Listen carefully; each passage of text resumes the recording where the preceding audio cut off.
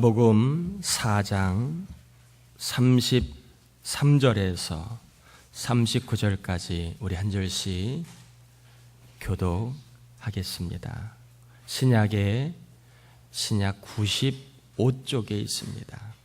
누가복음 4장 33절에서 39절까지 우리 교독하겠습니다. 33절입니다. 회당에 더러운 귀신 들린 사람이 있어 크게 소리 질러 이르되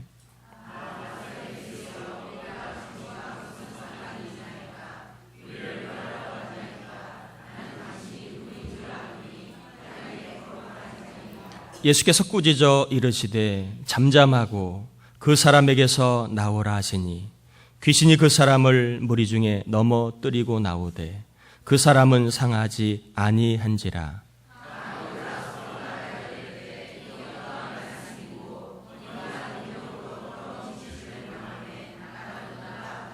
이에 예수의 소문이 그 근처 사방에 퍼지니라.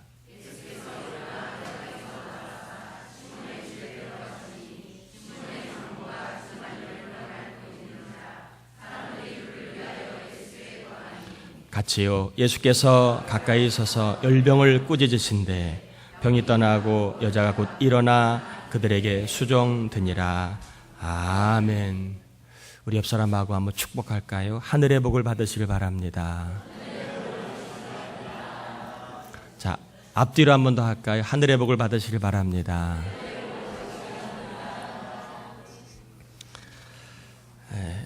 인사하는 게 아무것도 아닌 것 같아도 서로 간에 마음을 여는데 참 힘이 됩니다. 제가 자주 시키지는 않지만 여러분의 마음을 좀 열고 말씀을 받았으면 좋겠다 해서 좀 인사를 나눴습니다. 오늘은 영의 정권 교체라고 하는 제목으로 말씀을 좀 전하겠습니다. 본문은 회당과 베드로의 집에서 벌어진 사건입니다. 먼저 회당에서 있었던 사건을 살펴보면 회당은 유대인들의 모임 장소입니다. 주로 모여서 뭘 하느냐? 예배를 드렸습니다. 예루살렘 성전이 무너지자 이제 유대인들은 모여서 예배하는 목적으로 회당을 만들었습니다. 회당은 예배를 하는 목적으로 많이 사용이 됐는데 회당에서 예배는 대개 찬송, 그 다음에 성경 낭독, 해석, 축도, 오늘날 예배와 아주 유사한 방식으로 회당의 예배가 진행이 되어 왔습니다. 이런 흐름에 따라 예수님이 설교를 하고 있는 이야기입니다. 설교를 하시는데 귀신이 예수님 설교를 회방하는 거예요. 예수님이 귀신을 내쫓습니다. 여기에서 귀신이 들렸다는 말은 단순히 정신분열이나 정신병을 앓고 있는 그러한 상태를 말하는 것이 아니라 어떤 다른 인격이 사람 속에 들어와서 그 사람의 인격을 통제하고 있는 것을 말합니다. 단지 어떠한 질병의 일환으로 귀신이 들렸다고 말하는 것이 아니라 외부의 어떤 또 다른 인격체가 악하든 선하든 인격체가 그 사람 안에 들어와서 그 인격체가 그 사람 안에 인격인 지성, 감정, 의지를 통제하고 있는 것을 귀신이 들렸다라고 말하는 것입니다. 이런 면에서 예수님의 귀신 축출은 굉장히 중요한 의미를 갖고 있습니다. 비록 내가 귀신이 축출되는 경험이 없다 할지라도 이 귀신 축출이 매우 중요한 의미를 지니고 있는데, 왜냐하면 인간이 타락하기 이전에 통치자는 하나님 한 분이셨습니다. 인간이 타락하자 한시적으로 이 세상과 인간의 통치자가 이제 사단으로 바뀌게 됩니다. 하나님이 무능해서가 아니라 인간의 본성이 하나님보다는 사단을 쫓아갔기 때문에 사단이 세상과 우리의 마음을 통치하게 된 것입니다. 우리 모두도 사단과 마귀의 통치 아래 살고 있고 태어났다고 성경은 이야기합니다. 요한복음 8장 44절에 보면 너희는 너희 아비 마귀에게서 났으니 너희 아비의 욕심대로 너희도 행하고자 하느니라. 그는 처음부터 살인한 자요 진리가 그 속에 없으므로 진리에 서지 못하고 거짓을 말할 때마다 제 것으로 말하노니 이는 그가 거짓말쟁이요 거짓의 아비가 되었습니다.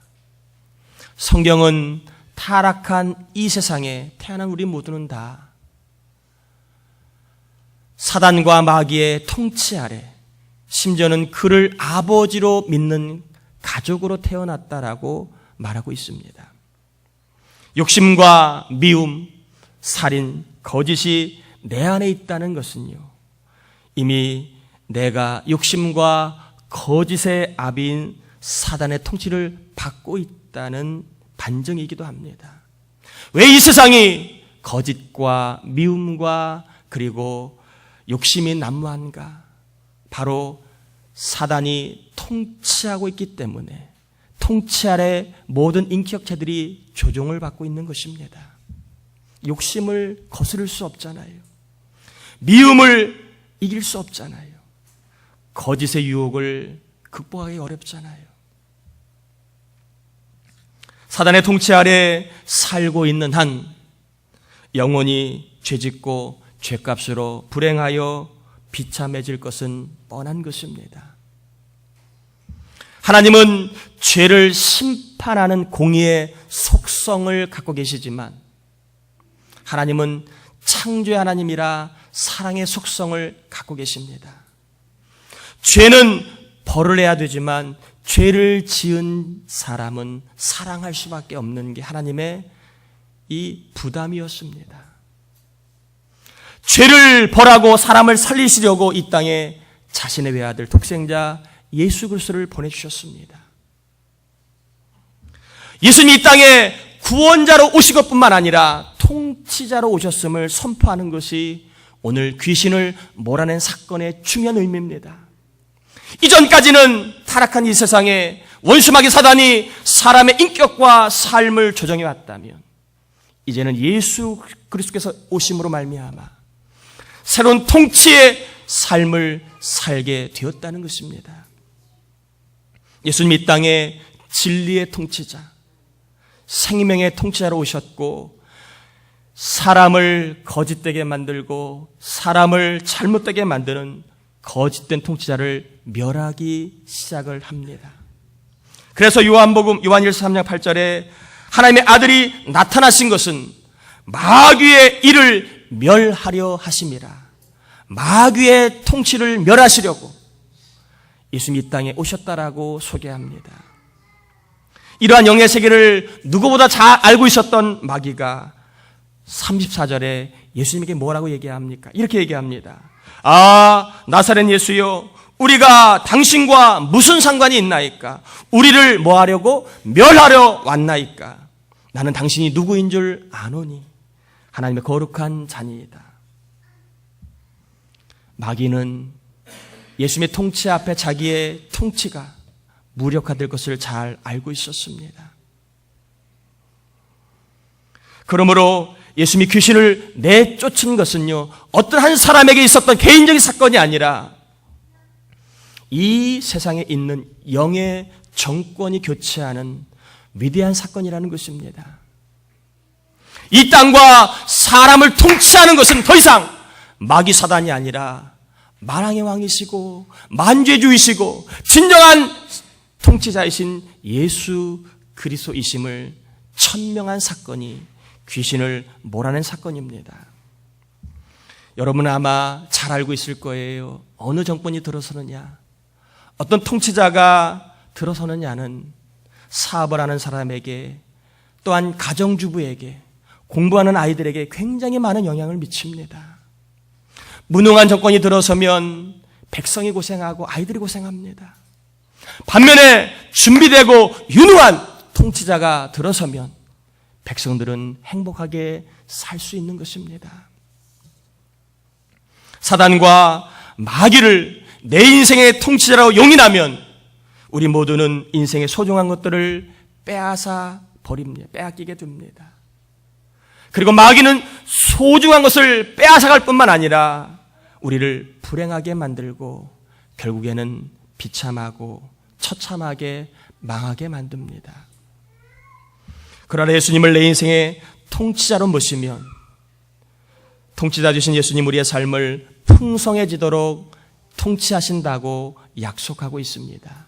요한복음 10장 10절입니다. 도둑이 오는 것은 도둑질하고 죽이고 멸망시키려는 것뿐이요 내가 온 것은 양으로 생명을 얻게 하고 더 풍성히 얻게 하려 하심이니라. 도둑이 온 것은, 마귀가 통치하는 것은 우리 안에 있는 소중한 것들을 다 빼앗아가기 위해 통치하고 있습니다. 그리고 우리를 멸망에 이르도록 통치하고 있습니다. 그러한 영의 세계를 깨고 예수님이 이 땅에 오셔서 우리를 생명으로 풍성한 삶으로 이끄시려고 이 땅에 오시고 귀신을 몰아내신 것입니다.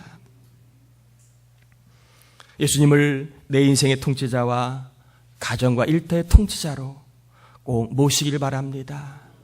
그리하여 빼앗기지 않는 사람, 망하지 않는 인생, 더 나아가 주님과 함께 풍성한 삶을 꼭 누리시기를 주의 이름으로 축복합니다. 예수님을 통치자로 모신 사람은 풍성해진다. 내가 어떤 영의 통치를 받을 것인가는 이제 저와 여러분의 몫입니다. 마귀의 통치를 받을 것인가 아니면 예수님의 통치를 받을 것인가는 저와 여러분의 몫입니다. 꼭 인생의 통치를 예수님으로부터 받기를 바랍니다. 그리하여 풍성한 생명을 늘 주님으로부터 공급받아 누리시기를 주의 이름으로 축복합니다. 두 번째, 베드로의 집에서 벌어진 사건이지요. 예수님이 회당을 떠나 베드로의 집으로 향하셨습니다. 집에 들어서자마자 아주 병색이 짙은 한 여인이 눈에 들어왔습니다. 한눈에 봐도 이제 살 날이 얼마 남지 않은 그러한 여인이었습니다. 사람들이 예수님에게 이 여인 좀 고쳐주세요라고 얘기를 합니다. 예수님이 사람들의 말을 듣고 여인에게 가까이 가서 이렇게 얘기합니다. 열병을 꾸짖자. 병이 떠나가고 이 여인이 이제 건강한 생활을 하는 그런 몸이 되었다는 것이 두 번째 사건입니다. 제가 한번 여러분에게 질문 하나 던져보겠습니다. 베드로의 장모가 고침을 받았는데 고침을 받자마자 한 일이 뭘까요? 자, 우리 39절 한번 같이 읽어볼까요? 39절 한번 같이. 병이 낫자마자 이 장모가 한 일이 뭔가? 같이 한번 읽어보겠습니다. 예수께서 가까이 있어서 열병을 꾸짖으신데 병이 떠나고 여자가 곧 일어나 그들에게 수종드니라. 베드로의 장모는 낫자마자 한 일이 예수님과 그 일행에게 수종을 든 것입니다. 자, 수종을 들었다는 말은 디아코네오라고 하는 단어입니다. 디아코네오라고 하는 단어는 식사 때 시종을 들다라는 말로 지금 이 베드로의 장모가 예수님과 그분의 일행을 식사를 대접하고 있는 것입니다. 그런데 이 디아코네오라고 하는 단어는 그냥 한 번 미안해서 어쩔 수 없이 시종을 드는 것을 말하는 게 아니라 인격이 변화되어서 시종을 드는 생활을 하는 사람이 되었다는 이야기입니다. 유명한 주석가 바클레이는요, 이 대목을 이렇게 주석합니다. 베드로의 장모는 예수님께서 다른 사람을 시종드는 일에, 섬기는 일에 쓰이기 위해서 자신의 건강을 회복시켜 주셨다고 인식하였다. 여인은 다른 사람을 섬기며 살라고 예수님이 자신을 고쳐주셨고 살려주신 것으로 알았다는 것입니다. 하나님께서 우리에게 건강을 주심은, 물질을 주심은, 지혜와 힘을 주심은요, 언제나 다른 사람을 섬기라고 주신 것임을 우리는 깊이 새겨야 합니다. 예수님을 믿고 물과 성령으로 거듭나 하늘의 생명을 받았다면 우리는 제2의 인생을 살아가고 있는 것입니다. 덤의 인생이라고 볼 수도 있습니다. 지금이라도 죽으면 천국을 가는 것이니 복된 인생이지만 하나님이 아직 우리를 천국으로 부르시지 않는 이유는 사명이 있기 때문입니다. 섬겨야 할 사명이 있기 때문에 우리에게 생명을 덤으로 지금도 주신 것입니다. 섬겨야 할 사람이 있기 때문입니다. 내 곁에는 아직도 내가 섬겨줘야 할 사람이 있습니다. 섬김을 위해 우리의 생명을 하나님은 덤으로 주신 것입니다. 예수님도 이 땅에 우리를 섬기려고 오셨다라고 마태복음 20장 28절에 분명히 얘기합니다. 오늘날 가정에서 일어나는 많은 문제들이 있잖아요. 부부지간에, 부모와 자식 간에, 또 일터에서 일어나는 문제들 많이 있잖아요. 상사와 동료와 또한 밑에 사람과 많은 갈등들이 있잖아요. 심지어는 공동체 안에서 많은 문제들이 있습니다. 이 문제들의 근저리를 좀 보면 어떤 이유들 때문에 이런 문제가 발생했는가? 바로 섬기는 마음이 부재한 곳은 항상 문제가 일어난다는 것입니다. 섬기는 사람이 부족할 때는 항상 문제가 일어났다는 것입니다. 섬김을 받고 싶은 사람은 많은데 섬기는 마음을 가진 사람은 적습니다. 섬겨야 할 일은 많은데 섬길 사람이 부족합니다. 가정에서도 섬김을 받고 싶은데 섬길 사람이 부족하고 일터에서도 마찬가지예요. 그러다 보니까 항상 상처와 아픔이 공존합니다. 성경은 섬김이 있고 섬기는 사람이 있는 곳에 하나님의 도우심과 간섭하심과 역사가 있다고 말하고 있습니다. 다시 한번 우리 안에 있는 많은 문제들, 혹시 내 안에 섬김의 부족으로 인해 야기된 것은 없는가? 내가 남편으로, 아내로, 아비로, 자식으로, 또 내가 일터에서 섬기려고 하는 마음이 부족하여 섬김을 받으려고 하는 마음이 너무 앞서서 상처를 주기도 하고 받기도 하는 일은 없는가? 한번 돌아보시길 바랍니다. 누가복음 10장 38절 이하를 보면 어떻게 섬겨야 하는지를 잘 보여주고 있는데, 물론 이 본문은 섬김이 주제는 아닙니다. 그러나 섬김이라고 하는 주제를 가지고 봐도 과히 틀리지 않기 때문에 제가 이 본문을 좀 삼았습니다. 마르다가 예수님을 집으로 초청을 합니다. 초청을 하여 열심히 음식을 준비하지요. 그런데 마리아는 뭐 하고 있습니까? 철딱서니 없이 예수님의 발 아래 앉아서 예수님 말씀만 듣고 있습니다. 속이 타지요. 그렇지 않을까요?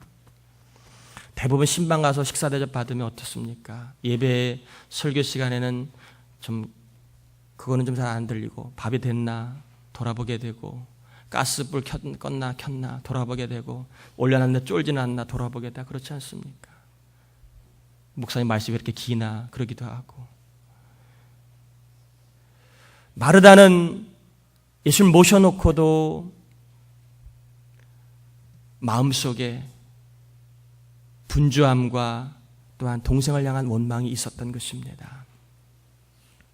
그래서 마르다가 예수님에게 청을 합니다. 예수님, 우리 철딱서니 없는 동생 마리아 좀 부엌으로 보내주세요. 그래서 내 일손 좀 거들게 해주세요. 그렇게 예수님께 청을 합니다. 그래서 예수님 뭐라고 얘기하십니까? 이렇게 얘기합니다. 마르다야, 마르다야, 내가 많은 일로 염려하고 근심하나 몇 가지만 하든지 혹 한 가지만이라도 족하니라. 마리아는 이 좋은 편을 택하였으니 빼앗기지 아니하리라. 예수님은요, 오히려 마리아를 책망한 것이 아니라 마리아가 좋은 편을 택하였다라고 말씀하십니다. 그러면 누가 보기에 좋은 편일까요? 마리아는 누가 보기에 좋은 편을 택했을까요? 언니가 보기에, 자기가 보기에, 예수님 보시기에. 예수님 보시기에 마리아는 좋은 편을 택하였습니다. 마르다는 자기 입장에서 좋은 편을 택하여 예수님을 섬기려고 했습니다. 그러나 마리아는 예수님 입장에서 예수님이 좋아하시는 것을 가지고 섬기려고 했습니다.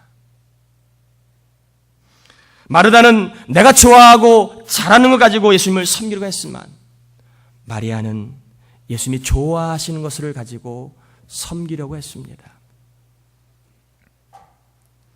대부분 섬긴다고 하는데 문제가 발생하는 이유가 여기에 있습니다. 내 방식대로 섬기다 보니까 오히려 섬기다가 싸움 나고 섬기는데 상처를 주고받는 거예요. 마르다는 자기 방식대로 섬기다가 동생 미워하게 되고 좋은 편을 택하지 못하는 어리석은 선택을 하게 됩니다. 여러분, 섬길 때에 따라합시다. 일방적으로 섬기지 말자. 나는 남편을 섬기고 있는데요. 근데 남편이 내 마음 몰라요. 일방적으로 섬기기 때문에 그래요. 나는 자식을 끔찍이 사랑하는데요. 자식이 왜 자꾸 나를 힘들게 해요? 일방적으로 섬기고 있지는 않는가 돌아보셔야 합니다. 섬김에는요, 인격이 담겨야 합니다.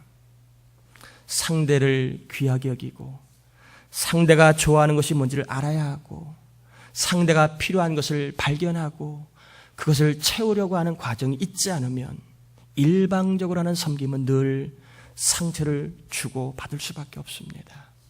오늘날 섬김이 없는 것은 아닙니다.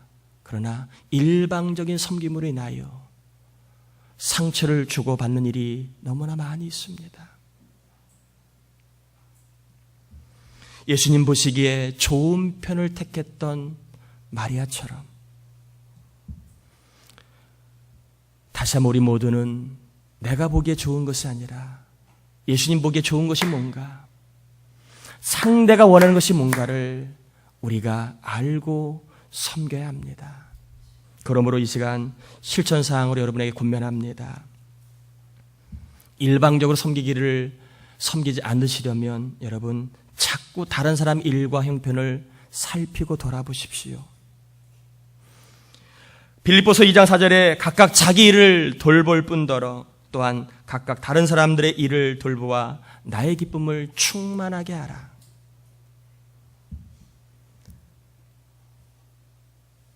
다른 사람을 돌아보아야, 다른 사람을 살펴야 그 사람이 원하는 바를 알 수 있고, 그리고 인격을 담아 섬길 때에 섬김의 놀라운 역사가 일어나는 것입니다. 그러므로 여러분, 자녀들을 자꾸 살피시길 바랍니다. 살피시다 보면 자녀의 마음에 비어있는 게 뭔가가 보여질 거예요. 나의 사랑의 말 한마디가 필요하겠구나. 부모로서 내가 인정해주는 말 한마디가 우리 자녀에게 필요하겠구나. 우리 내 자식 안에는 인정받는 말이 안 담겨 있구나. 내가 인정해 주어야지. 살피다 보면 자녀에게 원하는 것이 무엇인가를 하나님이 발견할 수 있는 지혜를 주실 거예요. 그걸 가지고 섬기시면 그 섬김에는 놀라운 역사가 일어날 것입니다. 특별히 다시 한번 부탁합니다. 자식을 잘 한번 살펴보세요. 자식의 마음에 뭐가 빠져 있는지, 자식의 마음에 뭘 채워줘야 하는지, 자식이 무엇을 원하는지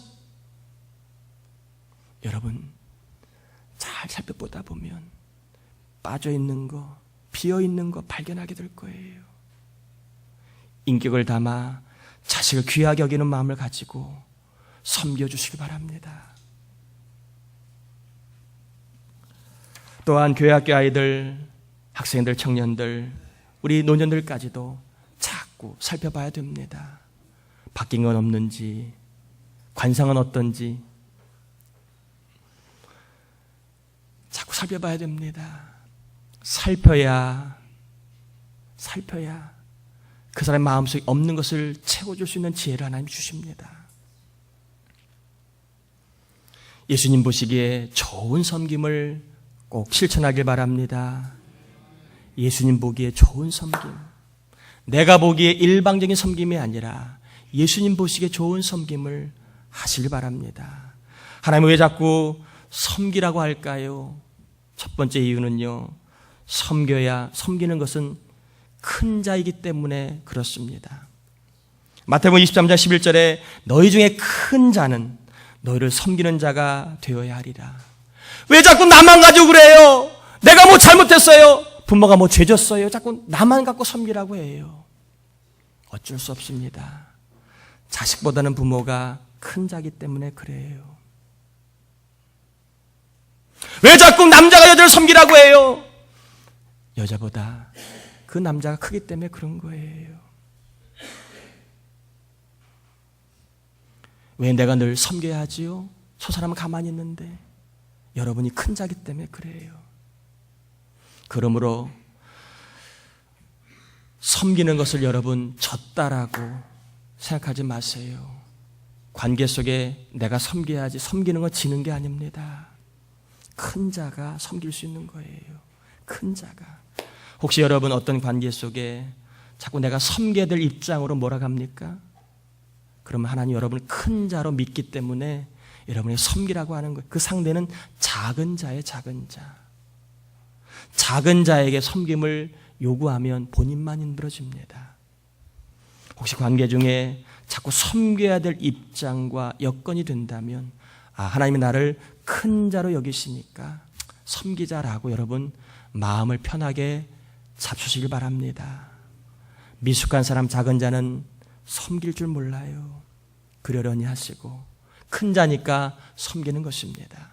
두 번째, 왜 섬겨야 될까요? 따라해 볼까요? 하나님이 크게 해 주실 일이 있기 때문이다. 마태복음 20장 26절에 보면 너희 중에 누구든지 크고자 하는 자는 너희를 섬기는 자가 되어야 하고, 섬길 때 하나님이 뭐 하신다고요? 크게 해주신 은혜가 있다는 거예요. 뭘 크게 해주시는 저도 모르겠습니다. 키를 크게 하실지, 집을 크게 하실지, 차를 크게 하실지 모르지만 크게 해주신 은혜가 있다는 거예요. 하나님은 섬기는 사람을 크게 해주십니다. 섬기는 사람의 하는 일을 하나님 크게 해주십니다. 여러분 어려울수록 자꾸 인생의 돌파구를 섬김으로 찾으시길 바랍니다. 어려울수록, 답답할수록, 힘들수록 섬기는 일을 가지고 여러분 돌파해 나가시길 바랍니다. 그럴 때 하나님이 크게 해주신 은혜를 경험하실 줄 믿습니다. 특별히 청년들 취업 어렵지요? 자꾸 섬기시길 바랍니다. 섬길 때 우리 청년들의 앞날이 열릴 줄 믿습니다. 하나님은 섬기는 자를 크게 하십니다. 말씀을 정리합니다. 내 인생의 통치자, 문제 해결의 통치자이신 예수님을 의지하셔서 영육 간의 삶이 날마다 때마다 더욱 풍성해지기를 축복합니다. 내가 보기에 좋은 섬김이 아니라 예수님 보시기에 좋은 섬김을 통하여 얽히고 설키고 꼬인 문제들이 풀리고 상처들이 치유되는 역사가 일어나시기를 축복합니다. 또한 섬기기를 다짐하고 결단하는 우리를 하나님께서 더욱 큰 일을 하는 큰 사람으로 세워주시기를 예수님의 이름으로 축원합니다. 우리 같이 찬양 한 곡 하시고 좀 기도하겠습니다.